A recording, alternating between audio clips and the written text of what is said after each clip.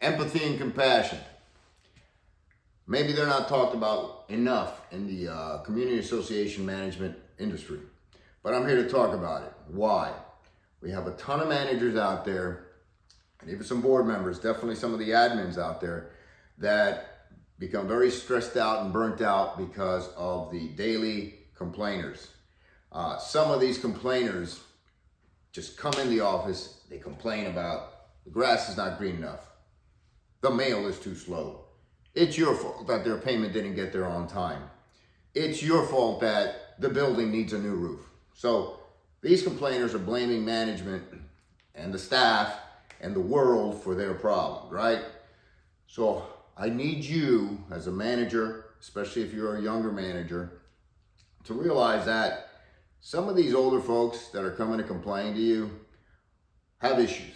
I've broken it down in my nearly 20 years experience to 3 problems, right? So loneliness, disconnect, and a traumatic experience. I'm not a psychoanalyst. I'm not a psychiatrist.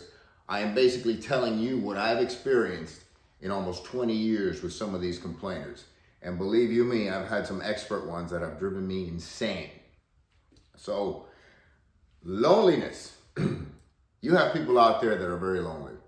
They might be divorced. They might be a widow. They just may not have any friends. They don't go out anywhere. And the only way they're going to get a little significant attention is from you listening to them. So be aware of that. What can you do? Is there something you might suggest so that they can begin using an amenity or part of a group or mahjong or poker club, whatever it is? Those people need a little interaction. The second type, which is kind of related to loneliness, is disconnect. I have found that there are some very disconnected people out there, maybe a man or woman that's in their 70s or 80s that have children in their 30s and 40s that no longer visit them. They may have grandchildren.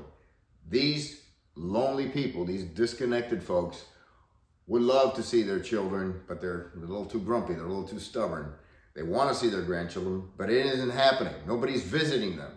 So the way they're going to get, again, attention and a little bit of significance is to give you a piece of their mind, to tell you how their opinion matters more than the board, more than your opinion, more than anybody, because they were an astronaut in Chicago and on another planet, and they know how to replace a roof better than you. Be aware of that. So you got lonely people, disconnected people, kind of related. The third one is tough, because you have to have a little bit more compassion for it. Those that have gone through some traumatic experiences.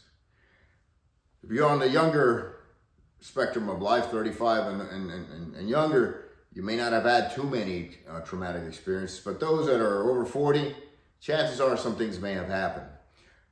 The trauma I'm referring to is those that have lost a loved one to cancer, a spouse or a significant other that went through a horrible disease and now they're gone. Those people are, again, lonely and feel a disconnect, but in a different way. They may have lost a child, that I can't think of anything more traumatic than that. They themselves may be a veteran. They may have PTSD. They may have gone through some trauma that's not resolved yet. They don't know how to handle it. And one of the ways they're going to handle it is to go handle you and to visit your office and to let you know that they can do it better or that you should listen to them or whatever it is. So those 3 things are important. But let me flip this over and go back to some of my law enforcement training and tell you in a very, very serious way that you need to be able to pick up on the important, dangerous cues that are going to show you that one of those people has nothing to lose. Now, I say that, it's not a formal term or anything, but I found in my experience with criminals and streets and even reading stories, the most violent people, the ones that are going to lose it, have nothing to lose.